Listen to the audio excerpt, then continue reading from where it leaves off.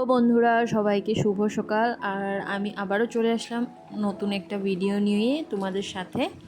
তো আমি আজ হঠাৎ করে গুয়াহাটি আসতে লাগা হলো, কিছুটা প্রবলেম হয়েছিল সেই জন্য। আর এসেই কি বলবো, সকালবেলা ফ্রেশ হয়ে বেরোয় পড়েছি যাওয়ার জন্য।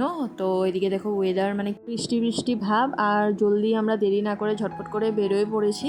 তো এদিকে দেখো ট্রাফিকে জ্যামও ছিল, আর এদিকে জলদি যেতে হবে। আমরা কোথায় যাই কি করি সবটাই তোমাদের সাথে শেয়ার করব।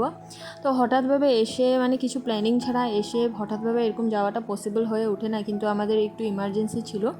তো গিয়ে সব কাজ টাজ করে এখন এসে পড়েছি। এখানে কিছুটা মানে ল্যাবে কিছু কাজ ছিল, টেস্ট করতে দিয়েছিল, তো এগুলো করে নিয়েছি। করে তারপর কি বলবো, অনেকটাই রাত্র হয়ে গিয়েছে। তারপর আবার ডক্টর বলেছে অন্য একটা জায়গায় গিয়ে ডক্টরকে দেখানোর জন্য।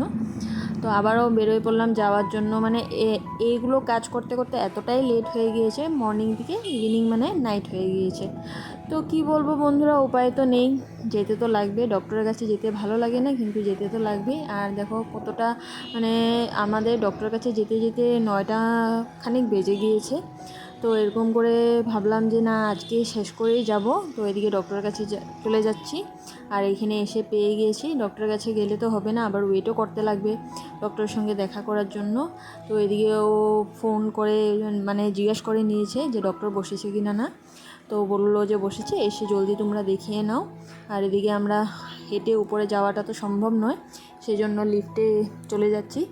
আর এদিকে ও বলছে উপরে ফ্যানটা আছে, হাওয়াটা পাচ্ছি, আমার যে কত ভালো লাগছে।